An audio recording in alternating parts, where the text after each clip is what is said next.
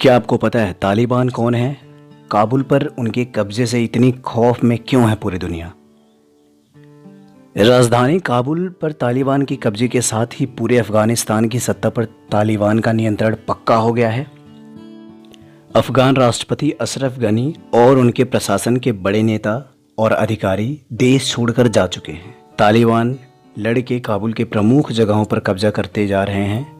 इसी के साथ दुनिया तालिबान के 20 साल पहले के बर्बर शासन को याद कर सेफ अफगानिस्तान के नारे दे रही है।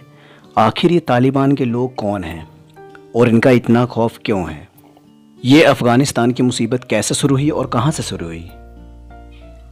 तो हम आपको बता दें, इतिहास शायद ही किसी मुल्क की किस्मत में इतने अजीबो गरीब तरीके से वक्त के पन्ने पलटता हो जितना अफगानिस्तान की पहाड़ी पथरीली ज़मीन ने देखी है।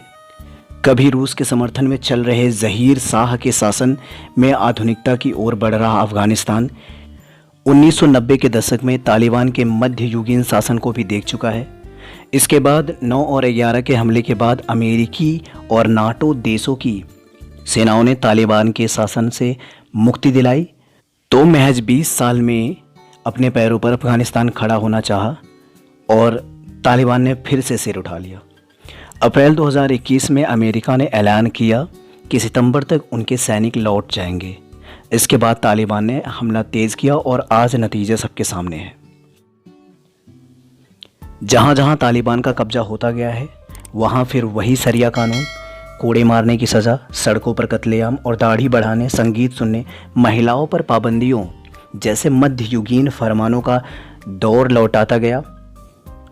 पूरे देश पर अब फिर तालिबान का कब्जा है और लोग खौफ से फिर घर बार छोड़कर पड़ोसी मुल्कों में भागने को मजबूर हैं। तो ये कौन है तालिबान? इसकी ताकत क्या है? अफगानिस्तान से रूसी सैनिकों की वापसी के बाद 1990 के दशक की शुरुआत में उत्तरी पाकिस्तान में तालिबान का उभार हुआ था। पश्तो भाषा में तालिबान का मतलब होता है छात्र, खासकर ऐसे छात्र जो कट्टर इस्लामी धार्मिक शिक्षा से प्रेरित हों। कहा जाता है कि कट्टर सुन्नी इस्लामी विद्वानों ने धार्मिक संस्थाओं के सहयोग से पाकिस्तान में इनकी बुनियाद खड़ी की थी। तालिबान पर देवबंदी विचारधारा का पूरा प्रभाव है। तालिबान को खड़ा करने के पीछे सऊदी अरब से आ रही आर्थिक मदद को जिम्मेदार माना गया है। शुरुआती तौर पर तालिबान ने ऐलान किया कि इस्लामी इलाकों से विदेशी शासन खत्म करना, वहां सरिया कानून और इस्लामी राज्य स्थापित करना उनका मकसद है।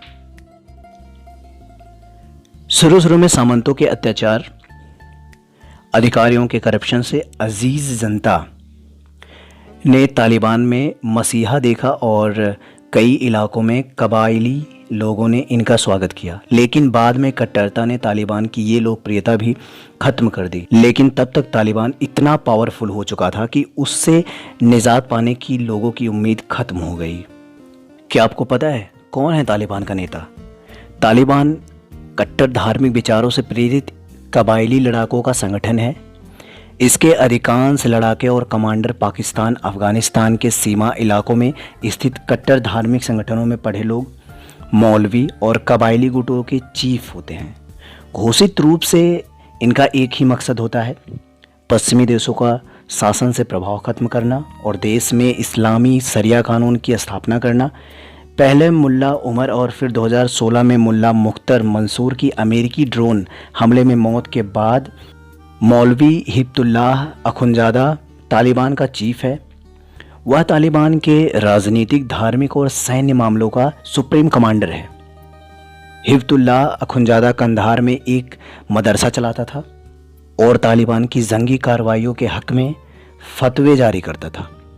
2001 से पहले अफगानिस्तान में कायम तालिबान की हुकूमत के दौरान वह अदालतों का प्रमुख भी रहा था। उसके दौर में तालिबान ने राजनीतिक समाधान के लिए दोहा से लेकर कई विदेशी लोकेशंस पर वार्ता में हिस्सा भी लेना शुरू किया।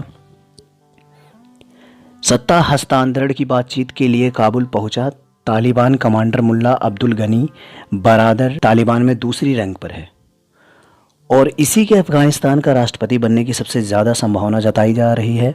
यह तालिबान का राजनीतिक प्रमुख है और दोहा में लगातार अफगानिस्तान को लेकर तालिबान की ओर से बातचीत में शामिल होता रहा है। यह 1994 में बने तालिबान के 4 संस्थापक सदस्यों में से एक था और संस्थापक मुल्ला उमर का सहयोगी रहा है। यह कई लड़ाइयों को कमांड कर चुका है। बात यह भी है कि तालिबान 20 साल बाद इतना मजबूत कैसे हो गया। बात उन दिनों की है जब 2001 से शुरू हुई अमेरिकी और मित्र सेनाओं की कार्रवाई में पहले तालिबान सिर्फ पहाड़ी इलाकों तक ढकेल दिया गया था, लेकिन 2012 में नाटो बेस पर हमले के बाद से फिर तालिबान का उभार शुरू हुआ। 2015 में तालिबान ने सामरिक रूप से महत्वपूर्ण कुंडूज के इलाके पर कब्जा कर लिया, फिर से वापसी के संकेत दे दिया। ये ऐसा वक्त था जब अमेरिका में सेनाओं की वापसी की मांग जोर पकड़ रही थी। अफगानिस्तान से अमेरिका की रुचि कम होती गई और तालिबान मजबूत होता गया। इसी के साथ पाकिस्तानी आतंकी संगठनों, पाकिस्तान की सेना और आईएसआई की खुफिया मदद से पाक सीमा से सटे इलाकों में तालिबान ने अपना बेस मजबूत किया। अफगानिस्तान से लौटने की अपनी कोशिश के तहत 2020 में अमेरिका ने तालिबान से शांति वार्ता शुरू की और दोहा में कई राउंड की बातचीत भी की। एक तरफ तालिबान ने सीधे वार्ता का रास्ता पकड़ा तो दूसरी ओर बड़े शहरों और सैन्य बेस पर हमले की बजाय छोटे छोटे इलाकों पर कब्जे की रणनीति पर काम करना शुरू कर दिया। अप्रैल 2021 में अमेरिकी सेनाओं की वापसी के बाइडेन के ऐलान के बाद तालिबान ने मोर्चा खोल दिया और 90,000 लड़ाकों वाले तालिबान ने 3 लाख से अधिक अफगान फौजों को सरेंडर करने को मजबूर कर दिया। अफगान राष्ट्रपति अशरफ गनी, उनके प्रमुख सहयोगियों, तालिबान से लड़ रहे प्रमुख विरोधी कमांडर अब्दुल रशीद दोस्तम और कई वारलॉर्ड्स को ताजिकिस्तान और इराक में शरण लेना पड़ा। तालिबान के कब्जे के साथ ही काबुल में अफरा तफरी मच गई है। लोग शहर छोड़कर भाग रहे हैं। 20 साल बाद सत्ता में लौटे तालिबान को लेकर अफगानिस्तान के आम लोगों के दिल में जो खौफ बैठा है उसे हमें जानने के लिए 23 साल पीछे चलना होगा। बात 1998 में जब तालिबान ने अफगानिस्तान की राजधानी काबुल पर कब्जा कर देश पर शासन शुरू किया तो कई फरमान जारी किए, पूरे देश में शरिया कानून लागू कर दिया था और ना मानने वालों को सरेआम सजा देना शुरू किया था। विरोधी लोगों को चौराहों पर लटकाया जाने लगा। हत्या और यौन अपराधों से जुड़े मामलों में आरोपियों की सड़क पर हत्या की जाने लगी। चोरी करने के आरोप में पकड़े गए लोगों के शरीर के अंग काटना, लोगों को कोड़े मारने जैसे नज़ारे सड़कों पर आम हो गया। मर्दों को लंबी दाढ़ी रखना और महिलाओं को बुर्का पहनने और पूरा शरीर ढककर निकलना अनिवार्य कर दिया गया था। घरों की खिड़कियों के शीशे काले रंग से रंगवा दिए गए। टीवी, संगीत और सिनेमा बैन कर दिया गया था। 10 साल से अधिक उम्र की लड़कियों के स्कूल जाने पर रोक लगा दिया गया था और बामियान में बुद्ध की ऐतिहासिक मूर्ति को तोड़कर तालिबान ने धार्मिक कट्टरता भी दुनिया को दिखाई। और तालिबान को ये शासन का मान्यता देने वाला देश पाकिस्तान, सऊदी अरब और यूएई था। ये 3 देश मिलकर उनकी सहायता भी करता था और फिजूल की मान्यताएं भी दे देता था। इसीलिए तालिबान के इस अत्याचार को दुनिया मुखदर्शक बनकर देखती रह गई है। आज के लिए इतना ही और मिलते हैं अगले वीडियो में। तब तक के लिए आप खुश रहिए, स्वस्थ रहिए और हमेशा मुस्कुराते रहिए। धन्यवाद।